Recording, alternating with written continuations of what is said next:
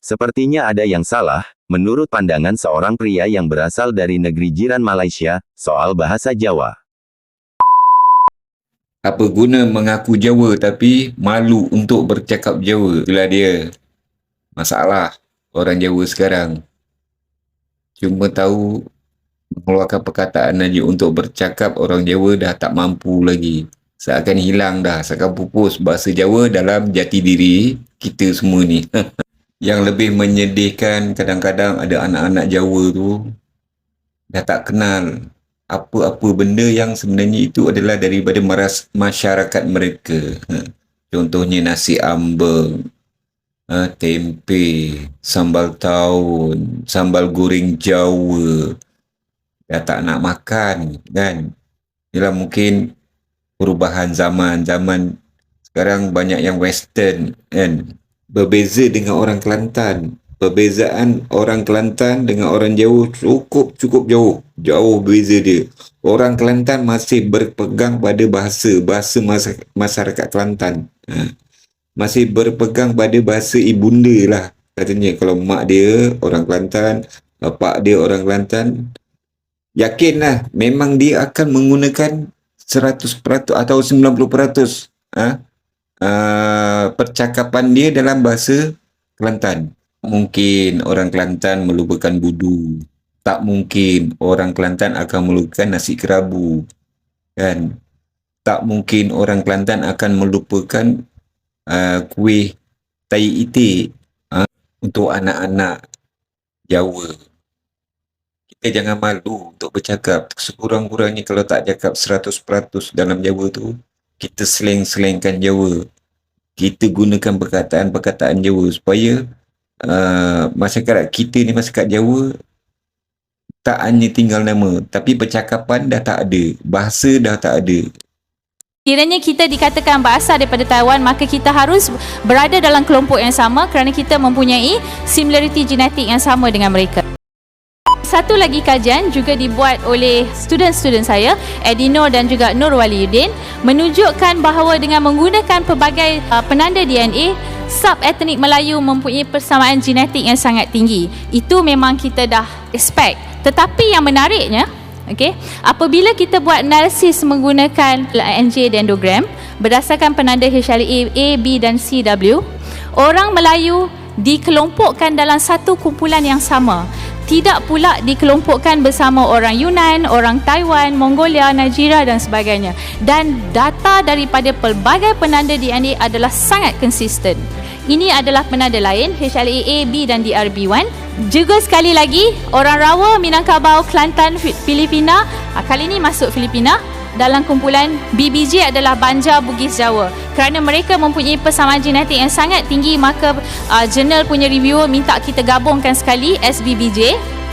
Dan satu lagi yang menarik, BBJ dengan Kelantan, Banjar Bugis Jawa, terutamanya orang Jawa, mempunyai similarity genetik yang sangat tinggi dengan orang Kelantan. Ini adalah yang terbaru sekali, 2016, menggunakan penanda STR, menunjukkan sekali lagi bahawa orang Melayu dikelompokkan bersama-sama, tidak dengan kumpulan daripada Taiwan. Ini satu lagi, menggunakan penanda HNA, juga orang Melayu dikelompokkan bersama-sama, tidak bersama dengan populasi lain. Cytokine, orang Taiwan, Taiwan Zhao, Taiwan Hakka, Ami, Atayal dan Minan, mereka ini adalah origin of Taiwan. Maknanya this is orang asli Taiwan, tidak pula dikelompokkan bersama dengan orang Melayu. Sekiranya kita dikatakan berasal daripada Taiwan, maka kita harus berada dalam kelompok yang sama kerana kita mempunyai similarity genetik yang sama dengan mereka. Ini adalah berdasarkan analisis KRR.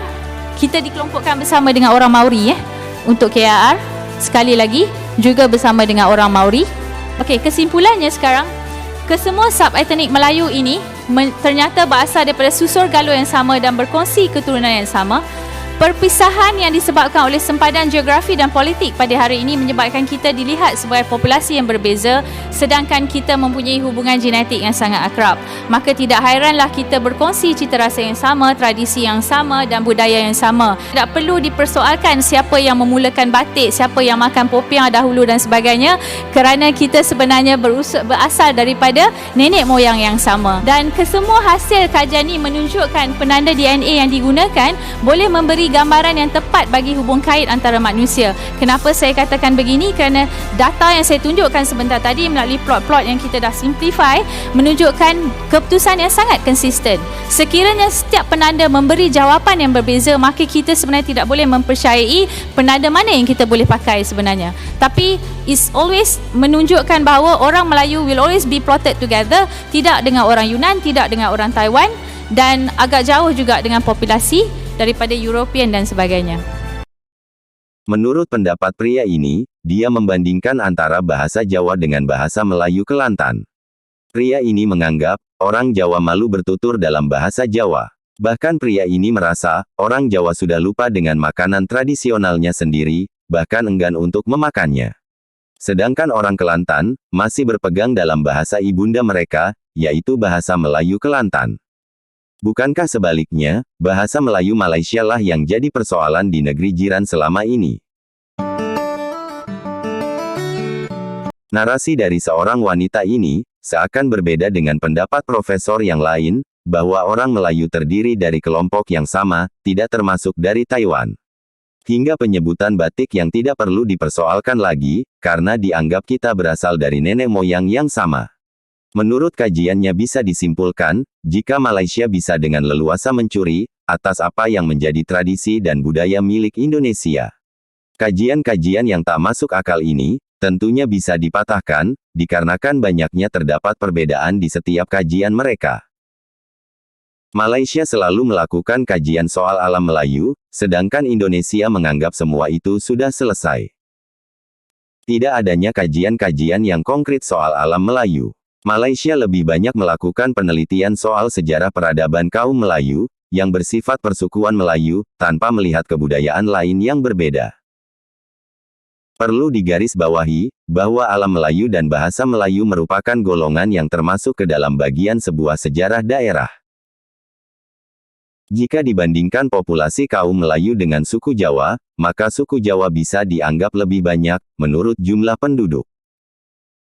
Lantas kenapa Malaysia setiap melakukan kajian, selalu menggabungkan semua suku sebagai alam Melayu?